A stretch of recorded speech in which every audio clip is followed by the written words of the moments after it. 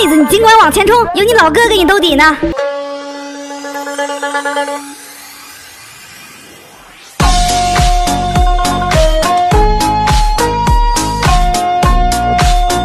我说这投胎法力这么强的吗？手撕水牌，我是真的震惊了。要知道水牌那可是4大元素之一的高阶骷髅牌，普通人根本无法干涉它制造出来的魔力水流。结果人桃矢直接徒手就给它撕了。其实我当时还没发现有什么不对劲的地方，单纯以为它是纯劲儿大，后来才意识到在水里撕水流，这放谁身上能做到啊？所以它的魔力那可不是一般的强，而且它还能看到小樱看不到的事物，比如妈妈的灵魂。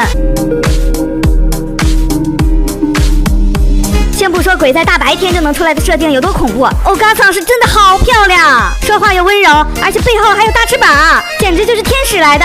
怪不得小樱和他哥的颜值都是顶配，这老师还是吃的太好了，就是可惜人死的太早了。看来这魔力太强也不是个好事啊。但是小樱媽媽從小到大其實一直都在守護着他們，更是時不時的就來個閃現。もう大丈夫よ。いたんだ。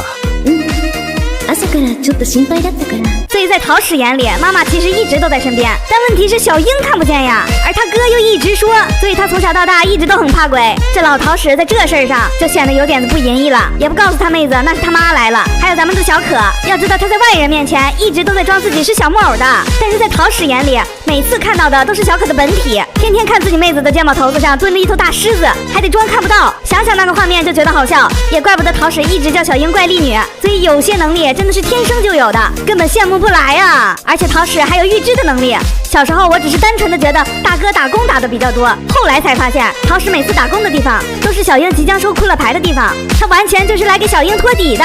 看妹子实在是打不过了，自己再出马。小樱不再依赖哥哥算我长大吗？桃矢算你哥没用，不开玩笑，我现在严重怀疑仓库里的骷髅牌那本书当年就是桃矢小时候收集完了放在那儿的，而且他还为了整蛊妹妹特意把封牌放在第1章，让小樱不小心放出来，然后再去出演魔卡少女樱。这剧名其实原本也是叫魔卡少男桃矢的，是一部热血番，只不过因为桃矢的这个魔力也太强了，所以演了3集就结束了。第1集收集骷髅牌，第2集收服月，第3集正面迎击库洛里多。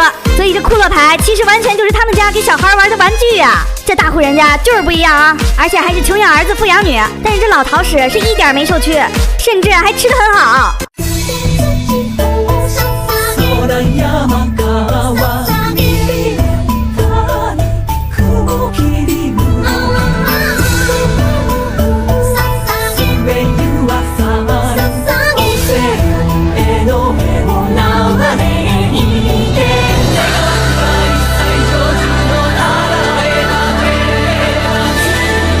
嫂子变身这段，谁当年不是看了一遍又一遍？